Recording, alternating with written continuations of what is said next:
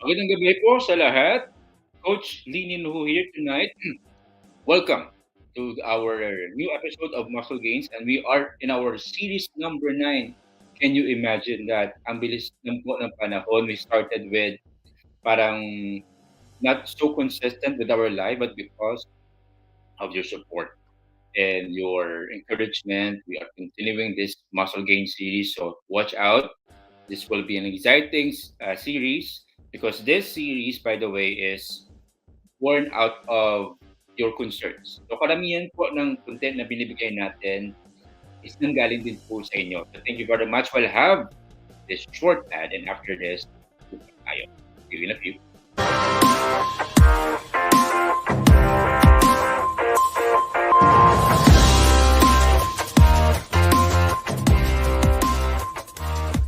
Three, two, one.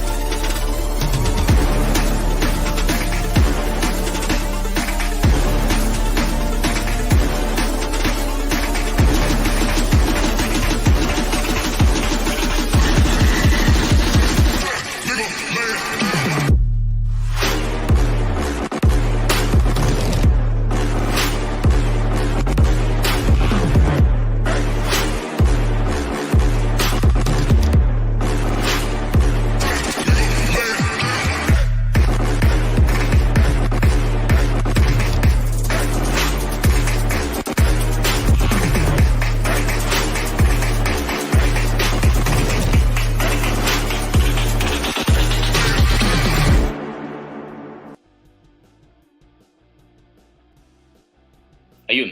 Okay. Again, welcome to our new episode of Muscle Gain series number 9 na po tayo.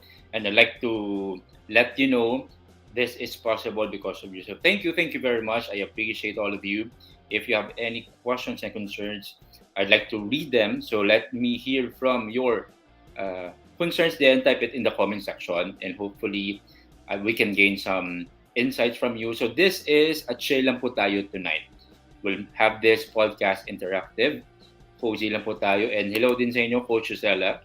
I think Coach Rosella right now is having her dinner. So ano po pagkain natin dyan? Yung sa inyo, are you tuning sa live natin? Or if you're tuning in sa recorded natin, let me know.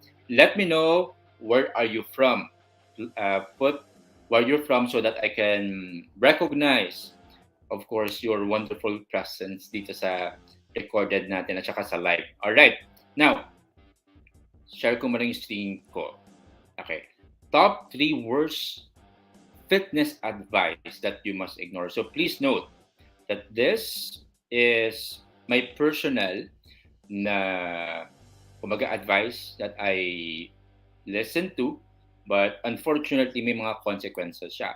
I look at the top fitness advice then and some of them actually are very, very common. And we want to correct that. So the best way to correct it is through education. And regardless of your goal, if you want to build muscle, if you want to lose fat, this topic is for you. Hello po, Sir Chad, Eastwood City. Wow, galing. And of course, Donna, si Coach Sala sa dinner niya. Hello, Ma'am Len. Great to see you again. All right. So this is the thing about listening to many advice. Confusing siya. Ano bang dapat gawin? Left ba? Right ba? Ito ba dapat? Itong daan ba dapat? So, too much information, would you agree with me that too much information would confuse you? Tama ba? Too much information would confuse you. On the other end, if you don't read information, of course, you are uninformed. But if you read a lot of information, you might be misinformed. Diyan na kumaga sumasurface yung fake news because of too much information. So my goal is this, to empower you to sort out the fact from the fake. That's it. Because right now, actually, in the world that we're living in, split of a second lang meron tayong access sa information. Tama ba? Split of a second. So I don't need to teach you step by step. Okay? Kasi information is available to anyone for free. My goal is to empower you to be self-sufficient, to be a lover of information, that regardless with or without coach, you know what to do. Tama ba? Of course, in a coaching program namin, what we really want is for you to be accountable. I think that's the best thing if you have a coach. Feedback is given to you right away. The thing that happened to me, I started without a coach. So trial and error ako. Meaning to say, may mga consequences siya. Of course, I admit most of them were so wrong na kung sana it was corrected earlier, mas simple sana at saka I could have avoided those mistakes. Hello, si Pablo, yes. Great to see you, Montilla. Great to see you. So, pa-shoutout down sa kanya. Good evening din, Coach Pogi, Aljun. Sir Alvin. Okay, tawagin ko na si Sir Alvin. I'm sure na lalaki siya. Sir Mario, hello. Great to see you. Correct, Ma'am Len. Not all information are true and correct. So, my goal is to be your coach as well with learning. Okay? I'll give you the principle and then you decide what will work for you. Now, sige. First muna tayo na point before we dive into the content. 3 words advice lang yun, but if you don't have an ebook yet, especially with muscle building, with the workout, but if you need as well, not just workout, but also low carb and fasting, share this informative na live and then message me and I will give you your ebook completely free. Now, if you have received the ebook, I'll appreciate it if you share and spread the message. Our goal is to make Philippines healthy. And by doing it, by sharing this, you are actually contributing to the movement. You don't know, baka yung mga nag-watch ng live na ito might be empowered to do the right thing when it comes to their health. So thank you very much for sharing this valuable talk. Okay, top 3 worst fitness advice that you must ignore. So I sorted out yung mga advice na finalo ko at saka mali pala. And also I talked with other people, I searched in the internet, yung mga researches din, I sorted out ano mga top 3 na worse and also harmful. Number 1, you are healthy when you are skinny. Have you ever encountered this advice? And let me know in the comment section. Have you ever encountered this advice? Somebody told you na, you know what, you just need to be skinny. Kasi kapag skinny ka, healthy ka. At saka, the other extreme is kapag sobrang it is given na if you are kumbaga bulky or yung weight mo is above the BMI, you are automatically unhealthy. So, what's the danger with this mindset? What's the danger with this mindset? Takot ka na workout. Takot ka na kumain ng healthy like protein kasi you will gain weight. May fear yan, fear of gaining weight. There's a scientific term for that. But again, when you are skinny, I've experienced this. Sobrang miserable ang buhay ko. The day I was born up to first year, second college, up until actually first year of my work as a professional, sobrang skinny ko. Why did I say miserable? Kasi I was sickly. Asthmatic, grabing allergies ko. I remember when allergies hit me, especially dito. So merong sore throat. Most of the time, 99%, I experience sickness the next day. Because I was sickly, I compromised my health in pursuit of being skinny. Kasi there is this stigma that if you gain weight, of course, automatically, you are unhealthy. So, again, our goal is not just, of course, by definition and by goal, if you are not overweight, most likely you are far from being near sa mga diabetes, hypertension. You are far from experiencing yung mga diseases that actually hinder us from achieving quality life. Okay, now the goal is not just to be skinny. Okay, the goal is to build muscle. Okay, let me tell you something about being skinny and losing fat. Losing weight is different from losing fat. Again, losing weight is different from losing fat. If you lose weight and that's your goal, you might lose muscle mass, which we don't like. Muscle mass is very, very expensive to build. And sayang kapag you just want to lose it. So there are activities and there are principles that will lose your muscle mass, such as doing a lot of cardio. So you don't want to do that. Now, what do you mean by losing weight is different from losing fat? We have, kumbaga, cells. Okay, in cells may mga categories yan. May fat cells, may muscle cells. Our goal is to lessen the fat cells and to build muscle cells. And they are totally different. And it's a myth na they say daw na I'm going to the gym so that I can convert my fat to muscle. Hindi po posible yon. Muscle mass, muscle cells, different po siya sa fat cells. And you cannot convert them. Parang oil and water po siya. Separate po siya. So, you can, though, build muscle and lose fat at the same time. That's what we call, the term I forgot. Medyo balikan ko maya yung term. There's a term for that, a scientific term for that, where you build muscle and lose fat at the same time. That's possible.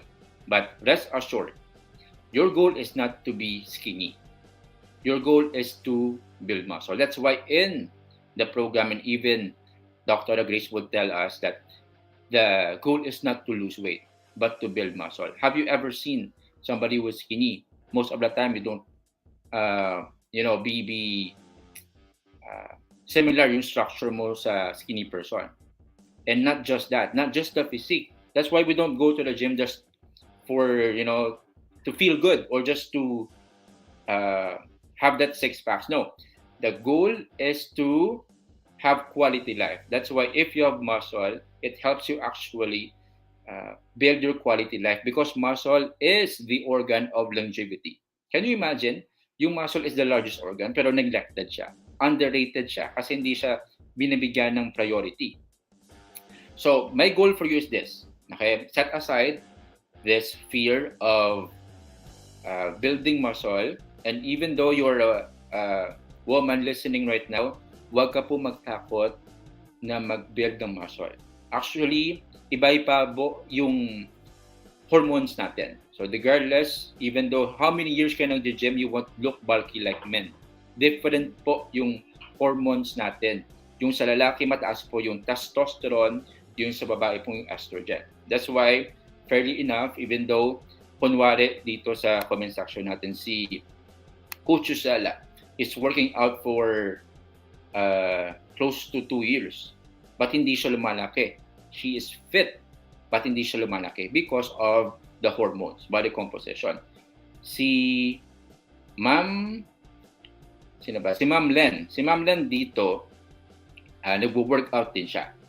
Okay? So, even though she has this age na close to senior citizen, she doesn't look bulky. Kasi sinamahan niya ng workout. So, don't be afraid to build muscle. Okay? Thank you, Aljun. That's the term, body recomposition or recomping. You build muscle and lose fat at the same time. Okay, so yung body recomp is in the middle. Yung other side is bulking, which is gaining muscle. The other side is losing fat. Okay, or cutting. Here, thank you, Aljun. Galing nga. Again, number 2. It's okay to eat anything so long you are working out. Have you heard this advice? Okay? Na okay lang mag-Jollibee after ng jogging natin dito. Well, Jollibee, I'm not demonizing Jollibee. I visit Jollibee from time to time, but the mindset here is very dangerous. Kasi, kunwari if your goal is to lose fat,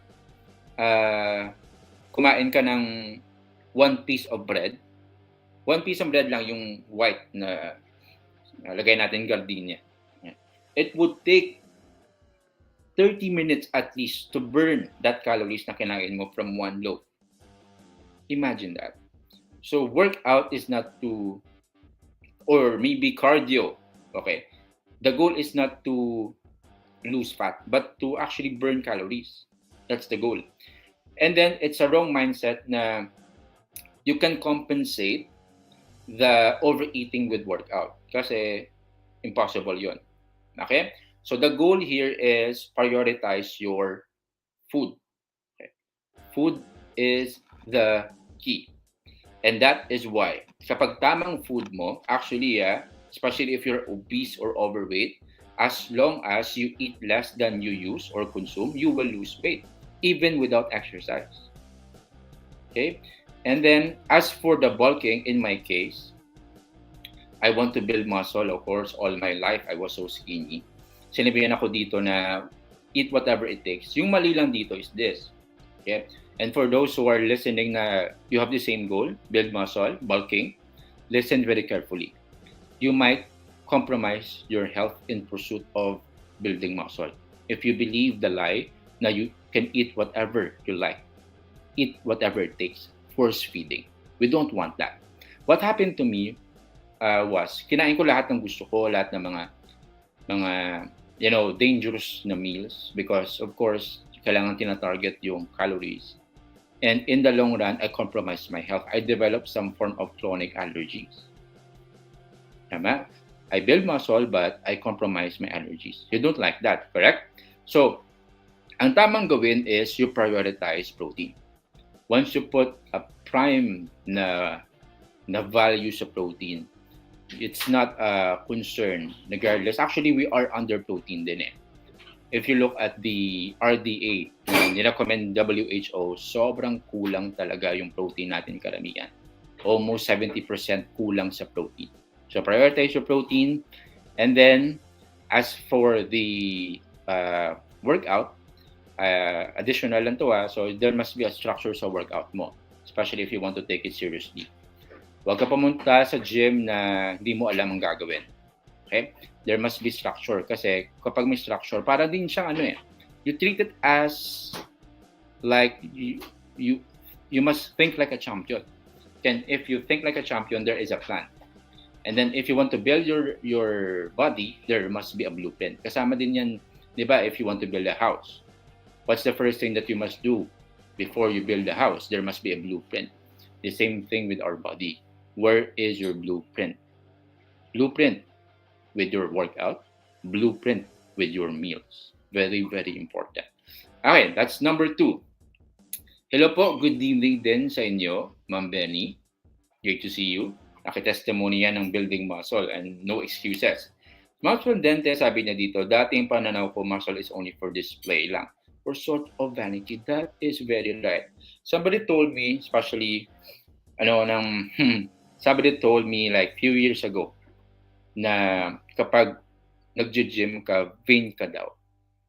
Medyo nasaktan ako kasi I know the bottom of my heart, hindi ko siya pinatulan because I know my identity and you don't need to respond, defend yourself because you don't need, especially if you're secure with yourself. Sabi ko, actually, those people who are working out, these are the people who have perseverance. It's not easy to work out, tama? And to sustain that as a lifestyle. Actually, they are uninformed. These people will tell you na vanity lang daw yung working out. They're misinformed kasi muscle is the organ of longevity. If you want to have quality life, you must build your muscle regardless of your age and your gender. Have you seen people na, usually 60, 70? Ano nangyayari usually? Because pinanawalaan natin na display lang or for short of vanity yung muscle. Loss of independence. That's why may tungkod. Tama? Ano pa? Very flabby yung sa skin. Lack of protein. Sarcopenia. Lack of protein. Lack of lifting weights. Ano pa? Hair loss. Kidney concerns. Marami pa. I can name to you more than 20 consequences if you don't prioritize building muscle. Muscle is the organ of longevity. Place that. And always place a prime na importance on that. Dito sabi ni Ma'am Ronaldine, since pumayat ako, malagi na lang ako giniginaw. That is very, very true. Na-experience ko yan. Nung una, nung experience ko na I was so skinny, gabi, okay, sobrang ginaw. So I told my siblings, kasi we are in the same room, sobrang ginaw, nagiginawan din ba kayo? Sabi ng mga siblings ko, sobrang init nga eh. So that really concerned me. Bakit iba yung respond ng katawan ko? Iba yung sa kanila. So that's right. Magandang gabi din sa iyo, Coach Daniel. Okay. Need to see you as always. Okay. Now, after this, of course, that's the second point. So wag niyo paniwalaan to. Be intentional with eating right. Okay? Eating right is the key. The goal is not to eat less, by the way. It's to eat right. Tama ba? Number 3. Okay. Ito din, dangerous din na pinimulaan ko. More gym equals more muscle gains. Kasi nangyari, nung I was so skinny pa, no, nakita ko yung mga nag-workout, sobrang laki nila. Little did I know na it took them years to develop that. Wala palang shortcut. Ang principle na ito is nanggaling din sa idea na yung workout is the priority, then nutrition second, then sleep last. Sobrang maling principle po yan. Kasi you don't get stronger or bigger after working out. You get stronger after proper recovery. Handaan po natin yan ha. So gym, working out will trigger muscle growth in a form of tearing down our muscle fibers. Okay. Once na tear down yung muscle fibers, you need to recover it para mag-grow siya at saka mag-strong siya. What's the best way para mag-recover? Through rest, through nutrition. Right? And after siya nag-recover, that's where you can experience growth at saka improve na strength. Always put highest premium yung sa nutrition at saka sa recovery. Very, very important. Now, in health, it is like a chair. Sa chair, ano ba dito? Ang tawag dito sa, anong tawag dito sa apat na to, sa ilalim? Okay. Tulungan nyo ako mag-Tagalog. Okay. Parang awan nyo na. Okay, ako po ay nag-a-adjust. Kasi yung kinagisnan kong wika is Iloilo. So, dito sa Maynila, dapat pala, paa. Okay, paa. Tama po, Ma'am Brigita. Okay? Paa is the right word. Now, dito sa silya natin, dapat 4 na paa. Ano mangyayari kapag kulang siya? Kapag isa kulang, of course, unstable. Tama? Kapag 2 nawala, tutumba siya. Alam nyo anong symbolize nito ng 4 na paa? 4. Exercise, attitude, rest, at saka nutrition. Always prioritize these 4. These are the key. These are the basic, but actually itong nilililat natin. Basic, if you are a master and a champion with these 4 things, you will have the best version of your life. Always place that in your mind na you must think like an athlete. Okay? Athlete thinks na they must put priority sa body nila. Because if they take good care of their body will take good care of them. That's the key. And actually, if you want to grow your finances, if that's the concern right now, if you want to grow your relationship, if you want to grow your energy, take good care of your health. Because in doing so, you can do a lot of things. Multiplier po yung health. Imagine po in the area of finances, and then you don't prioritize your health. Hindi ka nag-workout, hindi ka nag-put priority sa learning, at saka sa protein, sa nutrition, most likely, you'll get sick. Ano mangyayari kapag nagkasakit? Okay, medications. The worst thing, you'll get hospitalized. Hindi po basta-basta na magstay sa hospital. Tama po ba? Okay, so prioritize your health. Now, when it comes to relationships, okay, this is my personal advice. My relationship with Coach Gisela, okay, grows actually because of health din. Kasi yung mood namin, okay, stable. Okay? And of course, I'm not bragging, no, but based on my experience, yung emotions namin are controlled. So, hindi kami irritable. There were times na irritable, of course, hindi namin makontrol. But this workout thing at saka eating right actually help us on how we think. Okay. This is the activity that we parang that we agree na priority. So dito yung bonding namin. Okay. So that's relationship. Okay, pinasok natin yung love life. Yung sa let's say yung sa area of energy, of course you know that working out or taking enough nutrients will boost your endorphins, the hormones necessary for energy. Very, very important po yan. Alright, sige. So review muna natin before I dive into the Q&A. First is the lie and the advice that you're healthy when you're skinny. No po. Meron pong tinatawag na TOFI. Thin outside, fat inside. Na-remember ko, meron akong client, nag-visit dito sa unit. Pareho lang kami ng weight, pero sobrang payat niya, at saka mas mataas pa ako sa kanya. Pero the same din kami ng weight, 66 kilograms. And yung sa tiyan niya, malaki. So thin siya, but actually fat siya inside. And that's dangerous kasi this fat that covers your organs, yung visceral fat, actually yung dangerous. Especially kapag tumitigas nandito sa tiyan. So watch out. You don't wait for that. Okay? Now, our goal is not just to lose weight, but to build muscle. The goal is not just to lose weight, but to build muscle. Number 2, it's okay to eat anything so long you are working out. Mali po yun. Because you cannot burn the extra calories or you cannot burn fat by working out alone. It takes many, many hours. And it's not practical. So the best way for you to lose fat, if that's your goal, is to be in a calorie deficit or eat less than you use. If you are into bulking or gaining muscle, prioritize protein. Be intentional with eating right. Number 3 is more gym, more gains. We know that the process of building muscle is tearing down muscle fibers at saka recovery. Our muscle grows best in the recovery after your muscle has recovered. So prioritize working out, yes, but don't neglect rest and recovery.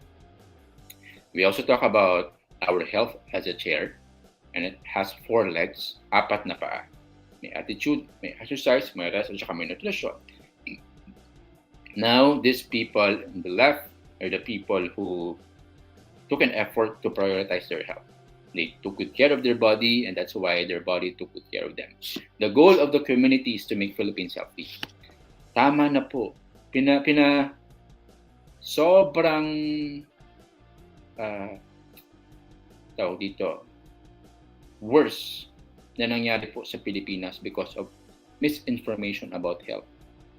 Sobrang sad po ako when I look at the number of type 2 diabetes in the Philippines, yung mga chronic diseases. Sobrang sad ako kasi it could have been reversed through right information.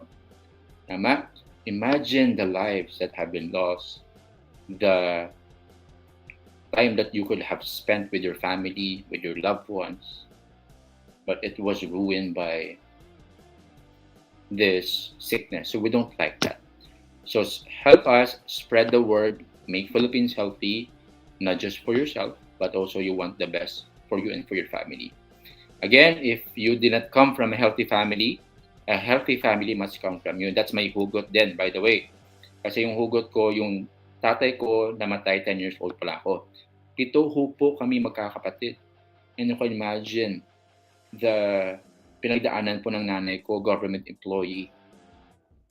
And sobrang measurable. And of course, you didn't you don't end with that. Yung kagadahan lang, we have the freedom to have a different life. We can change it. Okay? If you didn't come from a healthy family must come from you. And again, if you need a help or a free community, contact me, scan this one, or message me directly. Medyo advanced tayo, may QR code dito. Again, for those who don't want to go through trial and error, ano dapat kainin, ano ba dapat na workout, ano bang dapat schedule, ano pa mga tamang supplements if you need any, scan this. There is a coaching reservation in the link. And then if you don't want to scan this, that's okay. Message me directly if you want to reserve your slot. Okay. Let me know of your questions. Let's have Q&A. Sige. Una tayo dito sa kay Ma'am Len. Pag po ba kumain ng high carbs at nag-poops the next day is sumama na sa poops yung sa carbs na kanain. Napaka-cute po ng tanong niya, Ma'am Len. Okay. Of course, it would take 36 to 48 hours usually. But for some, actually, ma'am, there's no, kumbaga, complete na hours kasi yung digestive tract natin is different yung response sa pagkain. Different po yung response ng digestive system natin sa pag-utilize at saka pag-consume ng pagkain. Now, if this worries you na dapat, kasi yung question mo, I think, ma'am, then you're coming from the idea na high carb diet, you want to, kumbaga, ipaalis sa system mo right away. Okay. So this is the best thing that you can do. The best way to reset is through fasting. Okay, that's the best way. Number 2 is to enjoy your decisions yesterday. Forgive yourself. Okay? Move on po tayo at saka learn from your, kumbaga, if you think that way na mistake siya, so learn from it, enjoy your meals. Number 3, in my case, I would suggest, especially for those hindi nila gusto ma-miss yung mga kainan sa labas or maybe yung mga outings, from time to time, I actually implement yung system ko sa cheat meal once a week. Okay? And it's totally okay. Okay? You want to enjoy this lifestyle and you don't want to demonize yung kumbaga yung family time nyo. So that's my principle. Then that's my personal na kumbaga plan na cheat meal. In your case, that may work, that may not work, as long as you are enjoying your meals. Kasi na mangyari, paranoid tayo sa food. Stress tayo, so you don't like that. Tama? So, but if you want to restart, go for fasting at saka go for probiotic. Yung mga food na rich in probiotic like fiber and saka apple cider vinegar. Okay, if that concerns you, Ma'am Len. Ma'am Virginia, my pleasure po. Thank you for watching. Si Ma'am Ronaldine, dagang salamat din sa inyo. Dito, Aljun, meron siyang link. Sa Muscle Insider Food. Okay, yung sa Body Recom. Okay, thank you, Aljun. You want to check this one from insider.com. Okay, thank you. Dito, sige. Thank you din, Ma'am Cabs. Great to see you. Sige, any questions? Any questions about building muscle? About what are your other kumaga fitness advice na binigay sa inyo? Worst fitness advice na sinabi sa inyo? Let me know in the comment section. Okay, of course, I need to explore yung mga other na advice na binigay sa inyo. And of course, we want to make this as, kumbaga, I'm a student as well. And then we also want to know yung mga personal happenings sa inyo. So let me know in the comment section. Sige. Okay, question dito from Coach Aljun. May mga nabasa din ako, Coach, na you need to eat 30 minutes daw after workout. Myth din ba? Okay, it was debunked many years ago. Yung practice kasi nung una, na you have to eat your protein shakes after your workout kasi parang you have depleted your glycogen at saka yung nutrition mo, and you have to refill it. When it comes to nutrition, especially protein, it takes around 4 to 6 hours. And actually, yung muscle synthesis or protein synthesis, when I say protein synthesis, na use up siya ng body, kumbaga nag-flow siya sa body 24 hours. So 6 hours to 24 hours, yun yung time frame. That is why it's a myth that you have to eat right away. Kasi it's circling around your body pa. As long as the optimal suggestion is as long as you eat your protein, especially, okay, 4 to 6 hours after your workout. Okay, if you want to maximize that. For others, if you're into fasting, that is not a concern kasi 24 hours din yung protein synthesis. Okay? Madaming salamat din, Ma'am Benny. May pleasure po. Dito kay Ma'am Joanne, nag-low carb po ako bago nag-cheat po ako. Kumain ako ng mataas na carb. So bakit puncha ako 3 days? Dahil po yan sa pag-cheat ko. Okay, that is a concern. So if this is a trigger, you have to eliminate it. So my suggestion for you, Ma'am Joanne, is this. Prioritize muna yung healing. Okay. Once you have healed na, and then you are flexible na, kasi you have extra tolerance for carb. If you build muscle, by the way, the best way to have higher tolerance sa carb is to build muscle. And again, I'm not saying you eat carbs. Okay? Kasi hindi siya nawawala, especially if may kainan. If mangyayari yan, you have reserve. May pambato ka dyan. And the best way to have it is through muscle gaining. Now, prioritize low carb, fasting. Kasi we are into healing pa, Ma'am Joanne. Then you can safely return to occasionally cheat meal. Okay?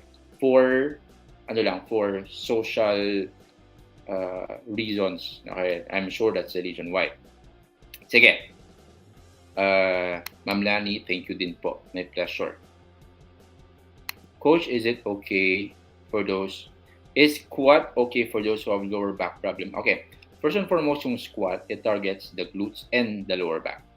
Now, if it is triggered when you squat, I suggest limit or completely remove the squat muna. First suggestion, seek professional advice. Especially yung if pinag-uusapan natin yung bone at saka yung other na sensitive na part, seek professional advice.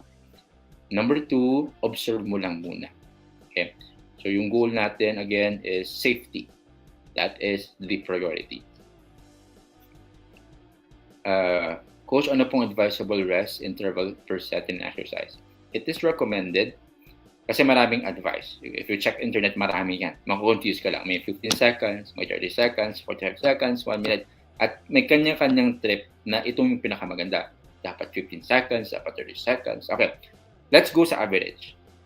30 to 45 seconds. That's the average. 30 to 45 seconds. Kaya yung pong rest interval natin per set. You're welcome, Ma'am Joanne. My pleasure, Coach Alvin. Thank you for the content earlier. Okay, thank you, Ma'am Brigita. Ask ko lang po, Coach, what's the best time to drink whey protein before workout or after workout? So, yung kanina, yung sinare natin about protein synthesis, yung protein, it flows around your system 6 to 24 hours. Now, my personal advice is this. Kasi, the question is, ano po ang maidudulot if you eat nothing after workout? I repeat the question na, ano pong maidudulot if you eat nothing after workout? Wala. Tama, kasi wala kang kinain. Now, it doesn't mean then na you have to eat your protein or drink your whey protein right away. Kasi yung protein synthesis is 24 hours. Yung kinain mo like 4 hours before your workout, it's still flowing in your body. It's being used up. So, the practical advice is to eat or drink your protein 4 to 6 hours after your workout. Before. The best word is, wag mo palampasin ng 4 hours. Okay, wag mo palampasin na 4 hours na hindi ka uminom ng whey protein in your case. Okay? That's the best advice. Thank you, Ma'am Miriam. Great to see you po. At saka si Ma'am Susan, very consistent. Ano bang word? Kumbawa. Tama ba? Kumbawa. Okay, that's the equivalent of good evening ata. Okay. Again, this is a very interactive conversation. Always my pleasure to help you.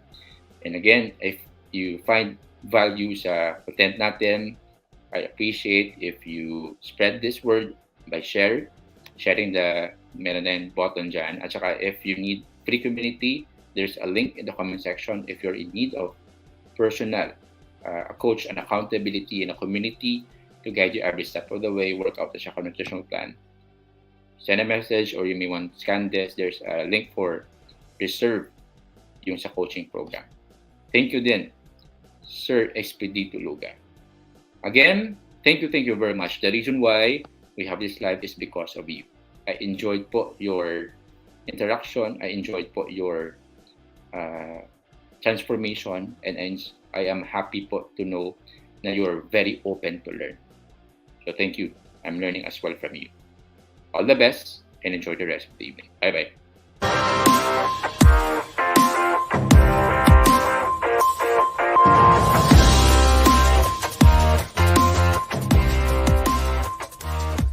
Three, two, one.